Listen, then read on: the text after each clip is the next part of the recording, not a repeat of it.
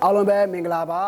ဒီနေ့ထာဝရဘုရားနဲ့မွေးတော်ခြင်းရဲ့အကျိုးကျေးဇူးတွေကိုကျွန်တော်လေ့လာပြီးတော့မှခွန်ကြီးသားကြရအောင်တိမောသေပထမစာခန်းကြီး၄အငယ်၈နဲ့9မှာကိုယ်ကာယကိုဆုံးမခြင်းသည်များစွာသောအကျိုးကိုမပေးတတ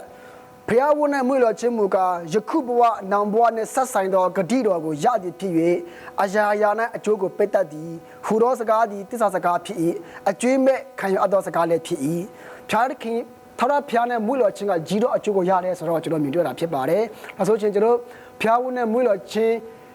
းဆိုတာဘာလဲ။ဘုရားဝတ်နဲ့မွေးတော်ခြင်းထာဝရဘုရားနဲ့မွေးတော်ခြင်းဆိုတဲ့အရာကကျွန်တော်ကျမ်းစာဖတ်ခြင်းဆုတောင်းခြင်းတော့ဖျက်ခရမတရားဖွင့်တဲ့နေရာမှာ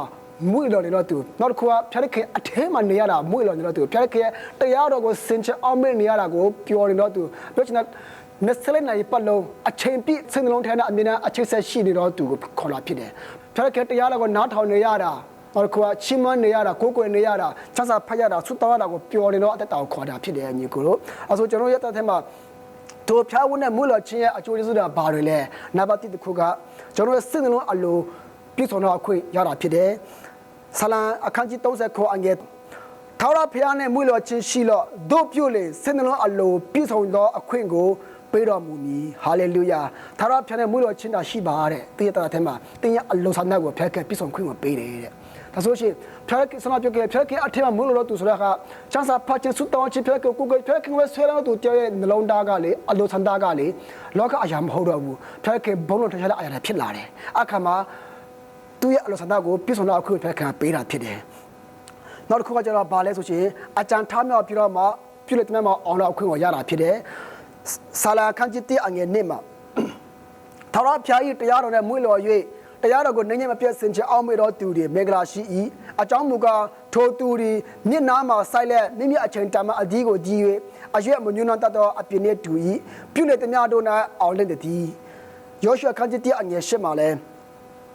ဲထိုပညတိကျမ်းစာနဲ့ရေထားတဲ့မြအတိုင်းကြည်မီဟုစောင်းရှောက်ခြင်းအလို့ငါကျမ်းစာကိုမဖတ်မရွတ်ပဲမနေနှင်းညမပြတ်ကြည်ရှုဖတ်ရွတ်ရမည်တို့ပြုလင်တင်ဒီအကြံထားမြောက်၍အောင်မြင်လိမ့်မည်ဟာလေလုယာထာဝရဘုရားနဲ့မွေးတော်ခြင်းရဲ့နံပါတ်1အကျိုးဆက်ကပါဆိုရင်ကျွန်တော်ရဲ့အကြံစီတွေထားမြောက်ပြီးအောင်မြင်တော့ခွင့်ကိုရတာဖြစ်တယ်လှုပ်လေတမျှမှာအောင်တော့ခွင့်ကိုရတာဖြစ်တယ်နံပါတ်3တစ်ခုကဘာလဲဆိုရှင်ကောင်းစားတော့ခွင့်ကိုရတာဖြစ်တယ်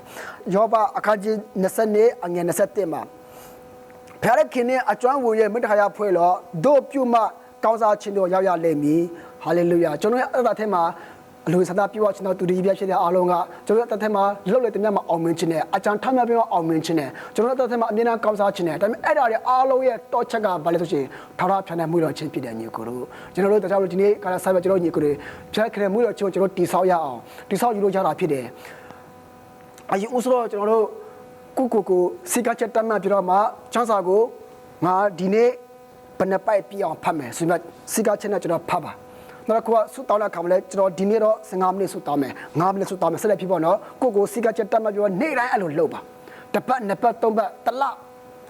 လအထိတော့ကျွန်တော်ကိုယ့်ရဲ့ဆုံးဖြတ်ချက်နဲ့အတိုင်းကျွန်တော်စီကချက်တမ်းမှပြောလောက်ရတာဖြစ်တယ်ဒါပေမဲ့လည်းတစ်လကျော်တဲ့အခါမှာ2လ3လဖြစ်တဲ့အခါမှာအဲ့ဒီစီကချက်တိုင်းမဟုတ်တော့ဘူးကွာပါလို့ဆိုရင်အဲ့ဒါကိုလုံနေရတာကိုပျော်လာတာအတင်းတမမဟုတ်တော့ဘူး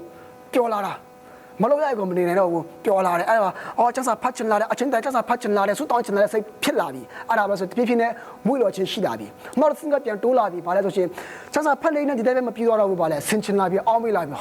ဖက်ခံတော့ဒီလိုတုံတင်တာပဲဒီဒီကအထက်မှာဒီအချင်းဆိုးတွေရှိနေတာပဲပြင်လိုက်မယ်ကိုရတတကိုပြင်လာပြီမကောင်းတဲ့လည်းဖြည်းဖြည်းနဲ့ဖယ်ရှားလာပြီဖက်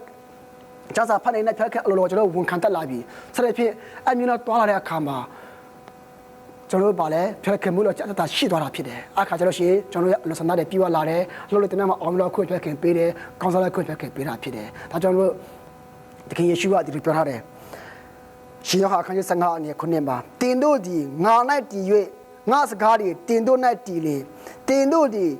တောင်းချင်သမျှကိုတောင်း၍ရကြလိမ့်မည်ဟာလေလုယာဒီနေ့ကျွန်တော်အတထဲမှာဆုတောင်းမပြည့်တာပါလေဆိုကျွန်တော်တို့ဖျားလက်ကအထဲမှာတည်နေဘူးကျွန်တော်ကလောကထဲမှာပျော်နေတယ်ဖျားဝတ်ထဲမှာမမွေ့လွန်နေဘူးဒါကြောင့်မလို့ဖြစ်နေကြကျွန်တော်ဒီနေ့ကစားပြောကျွန်တော်တည်ဆောက်ရအောင်ကျန်းစာဖတ်ရအောင်ဆုတောင်းရအောင်